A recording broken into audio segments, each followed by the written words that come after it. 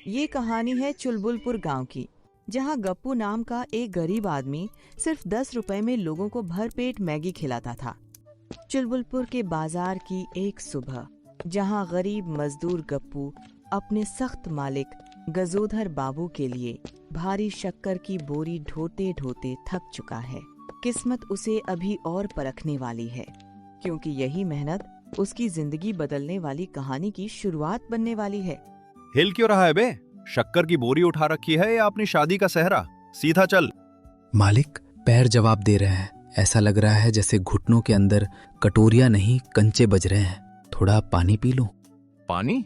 पानी पिएगा तो पेट भारी हो जाएगा, फिर काम कौन करेगा? और सुन, अगर एक दाना शक्कर भी नीचे गिरी तो उसे तेरी पगार से तौलकर काटूंगा। जा अंदर पटक इसे। जी मालिक, बस ये आखिरी बोरी है, इसके बाद मेरा शरीर नॉट रीचेबल हो जाएगा। गप्पू गजोधर सेठ के घर के बाहर बोरी नीचे रखता ही है कि तभी अंदर से आती एक लाजवाब खुशबू उसकी नाक से टकरा जाती है। वाह, ये क्या है? जैसे बादलों को किसी ने देसी घी में भून दिया हो। न ये समोसा है न पकौड़ा, इसमें से तो मसालों की ऐसी खुशबू आ रही है जैसे कोई गाना गा रहा हो। तभी पीछे से दुकान का दूसरा काम करने वाला चमचा वहाँ आ पहुँचता है। ओए गप्पू, वहाँ दीवार क्यों सूंघ रहा है? क्या वहाँ किसी ने पनीर की सब्जी पोत दी है? अरे चमचा भाई, देखो तो मालिक के घर में आज क्या बन रहा है। मेरी तो आत्मा जाग गई है। शहर से पार्सल आया है, मालकिन कुछ अजूबा बना रही है। तू अपना काम कर, वरना मालिक तुझे कच्चा चबा जाएंगे। गजोधर के घर के दरवाजे के पास गप्पू चुपके से खड़ा होकर छिप छिप कर अंदर झांक रहा था। अंदर रसोई में गजोधर की पत्नी मैगी बना रही थी और गप्पू हैरानी से सब देख रहा था। जी आ जाइए, शहर वाला नाश्ता तैयार है। सिर्फ 2 मिनट लगे, कोई झंझट ही नहीं। वाह, ये पीली रस्सियां तो बड़ी मुलायम दिख रही हैं। इसे क्या कहते हैं? इसे मैगी कहते हैं। बस गर्म पानी, जादुई मसाला और काम तमाम। हैं? 2 मिनट? हमारी बबली तो चूल्हा जलाने में आधा घंटा लगाती है। फिर लकड़ी का धुआं आंखों में घुसता है तो आंसू ऐसे गिरते हैं जैसे विदाई हो रही हो। ये तो सच में कोई जादू है। गप्पू दरवाजे के पास खड़ा ये सब देखता रहा और उसके दिमाग में बस एक ही बात घूम रही थी, ये पीली जादुई रस्सियां आखिर हैं क्या? गजोधर बाबू के घर के पीछे का सुनसान गलियारा, कोने में रखा एक पुराना डस्टबिन। उसी डस्टबिन के पास चुपके चुपके कदम रखते हुए गप्पू पहुंचता है। उसकी नजर कचरे में पड़े एक पीले पैकेट पर टिक जाती है और वह धीरे से उसे उठाकर गौर से देखने लगता है। मैगी नाम तो बड़ा प्यारा है, और ये क्या लिखा है? 2 मिनट? अरे भाई, 2 मिनट में तो मैं अपनी चप्पल का फीता भी नहीं बांध पाता, और यहाँ पूरा पकवान तैयार। ये तो सरासर जादू है। शहर वाले इसे खाते हैं तभी तो इतनी फुर्ती में रहते हैं। अगर ये वाकई इतनी जल्दी बनती है तो बस स्टैंड के भूखे मुसाफिरों के लिए तो ये वरदान होगा। आज गप्पू का दिमाग नहीं, मेरी किस्मत की घंटी बजी है। बस अब इसे घर ले जाकर बबली को दिखाना होगा।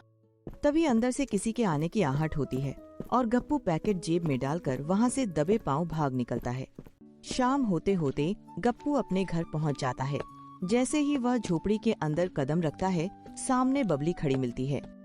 अजी, क्या आज सूरज पश्चिम से निकला है या गजोधर बाबू ने आपको बोनस दे दिया जो ऐसे बंदर की तरह उछल रहे हो?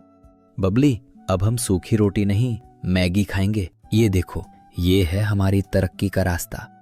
ये क्या पीले रंग के बाल ले आए हो और 2 मिनट में खाना? अजी, 2 मिनट में तो इस घर की छिपकली भी शिकार नहीं पकड़ती। आप क्यों मुंगेरी लाल के हसीन सपने देख रहे हो? विश्वास करो बबली, मैंने अपनी आंखों से देखा है। गर्म पानी में डालो और छू मंतर। बस थोड़े से पैसे चाहिए ठेला लगाने के लिए। पैसे तो इतने हैं कि चूहे भी हमारे बटुए में सुसाइड नोट छोड़कर चले गए हैं।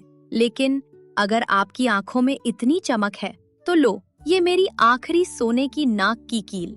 इसे बेच दो, पर याद रखना, अगर ये डूबा तो आपको 2 मिनट के लिए भी घर में घुसने नहीं दूंगी। बबली की बात सुनकर गप्पू की आंखों में उम्मीद और जिम्मेदारी दोनों झलकने लगती हैं। अब उसके नए सपने की असली शुरुआत होने वाली है। अगले दिन गप्पू गजोधर की दुकान पर पहुंचता है और हिम्मत जुटाकर उसके सामने खड़ा हो जाता है। सेठ जी, हिसाब कर दीजिए। मैं कल से नहीं आऊंगा। मैं अपनी खुद की कंपनी खोल रहा हूँ। कंपनी? तू? तेरी कंपनी का नाम क्या होगा? फटेहाल एंड सन्स? अरे जा, 2 दिन बाद वापस आएगा कटोरा लेकर। कटोरा तो लाऊंगा सेठ जी, पर भीख मांगने के लिए नहीं, लोगों को स्वाद खिलाने के लिए। आपकी गुलामी से अच्छी तो मेरी आजादी की फकीरी है। इतना कहने के बाद गप्पू वहाँ से चला जाता है। मालिक, ये तो सच में जा रहा है, कहीं ये पागल तो नहीं हो गया? होने दे, भूखा मरेगा तो अकल ठिकाने आएगी। अगले दिन गप्पू और उसकी पत्नी बबली मिलकर बरगद के पेड़ के नीचे अपना छोटा सा ठेला लगा लेते हैं और अपनी नई शुरुआत करते हैं। बबली, खुशबू तो ऐसी आ रही है कि पड़ोस के गांव के कुत्ते भी इधर देखने लगेंगे। खुशबू तो ठीक है जी, पर ये लोग हमें ऐसे देख रहे हैं जैसे हम कोई अजूबा बेच रहे हों। कोई पास नहीं आ रहा। सब्र कर बबली, डर और स्वाद के बीच बस एक बाइट का फासला होता है। तभी उधर से रामू काका और शंभू आते हैं। ठेले के पास रुककर दोनों हैरानी से उसे देखते हैं और आपस में बातें करने लगते हैं। अरे भाई, ये गप्पू क्या बेच रहा है? पीली पीली रस्सियां? कहीं ये प्लास्टिक तो नहीं उबाल रहा? मुझे तो लगता है इसने शहर से पीले केंचुए मंगवाए हैं। राम राम, ये तो धर्म भ्रष्ट कर देगा हमारा। अरे काका, आओ तो सही, शहर का माल है, बड़े बड़े कलेक्टर खाते हैं इसे। कलेक्टर खाते होंगे भाई, हमें तो अपनी मोटी रोटी और नमक ही सुहाता है। तू ही खा ये नूडल वूडल। तभी गप्पू के दिमाग में एक नया आइडिया आता है। वह अचानक जोर जोर से आवाजें लगाकर लोगों का ध्यान अपनी तरफ खींचने लगता है। सुनो सुनो सुनो, चुलबुलपुर के वीरों, अगले 1 घंटे के लिए शहर का सबसे शाही खाना गप्पू की मैगी बिल्कुल फ्री। अपनी जेब पर ताला लगा लो और बस खाली पेट लेकर आगे आओ। अगर मजा ना आए तो मुझे इसी ठेले पर उल्टा टांग देना। फ्री? अरे भाई, फ्री है तो फिर जहर भी चख लेंगे। लाओ गप्पू, 1 प्लेट इधर भी सरकाओ। अजी, ये क्या कर रहे हो? सारे पैसे मिट्टी में मिला दोगे क्या? बबली, ये व्यापार नहीं, दिल जीतने का तरीका है। एक बार ये स्वाद जुबान पर चढ़ गया तो ये खुद पैसे लेकर लाइन लगाएंगे। तुम बस गर्म पानी बढ़ाओ, चुलबुलपुर में स्वाद का तूफान आने वाला है। कुछ ही देर में गप्पू गरम मैगी की पहली प्लेट बनाकर रामू काका के हाथ में देता है और सभी लोग उत्सुकता से उनके पहले निवाले का इंतजार करने लगते हैं। रामू काका झिझकते हुए एक निवाला मुंह में डालते हैं। अचानक उनकी आंखें चमक उठती हैं। ओए होए गप्पू, ये क्या बना दिया रे? ये तो गले से ऐसे फिसल रहा है जैसे मखमल की साड़ी। और ये मसाला, हाय, मेरी तो बरसों की बंद नाक खुल गई। ऐसा स्वाद तो चुलबुलपुर में कभी नहीं मिला। तभी पास में खड़ा शंभू भी पहला निवाला लेता है।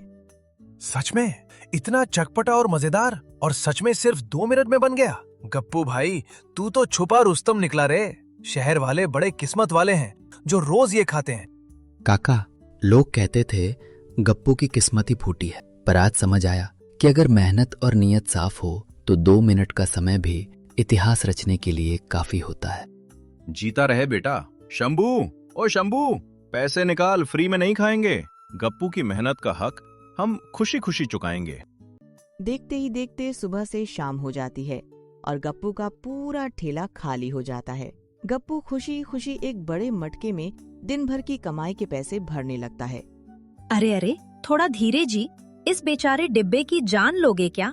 बेचारा पैसों के बोझ से खुद ही हाफ रहा है। सच कहूँ तो मुझे अभी भी यकीन नहीं हो रहा कि ये सब सच है।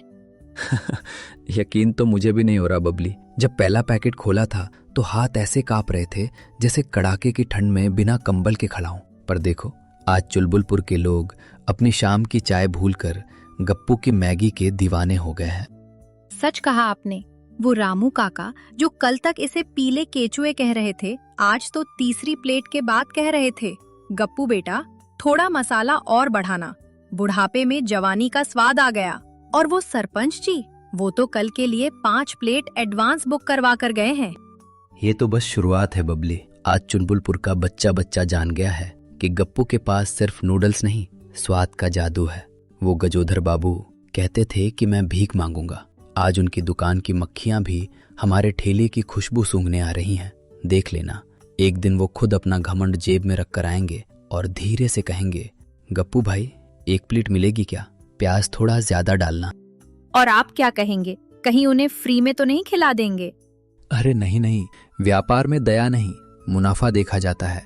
ये उन्होंने ही तो सिखाया था। मैं उनसे पूरे 10 रुपए वसूलूंगा, पर हाँ, स्वाद में कोई कमी नहीं रखूंगा। क्योंकि गप्पू का दिल बड़ा है, गजोधर की दुकान जैसा छोटा नहीं। सच में आपकी हिम्मत और इस छोटे से पीले मसाले के पैकेट ने हमारी किस्मत के बंद ताले खोल दिए। अब न चूल्हे का धुआं सहना होगा, न गरीबी की मार। अब हमारा बेटा भी शहर के स्कूल जाएगा। सब तुम्हारी वजह से हुआ बबली। अगर तुम उस दिन अपनी सोने की कील न देती तो आज भी मैं गजोधर की गालियां ही खा रहा होता। लो, अब काम खत्म। इस तरह गप्पू की मेहनत, हिम्मत और एक छोटे से आइडिया ने उसकी किस्मत बदल दी। चुलबुलपुर में अब हर कोई गप्पू की मैगी और उसकी कहानी दोनों की मिसाल देने लगा।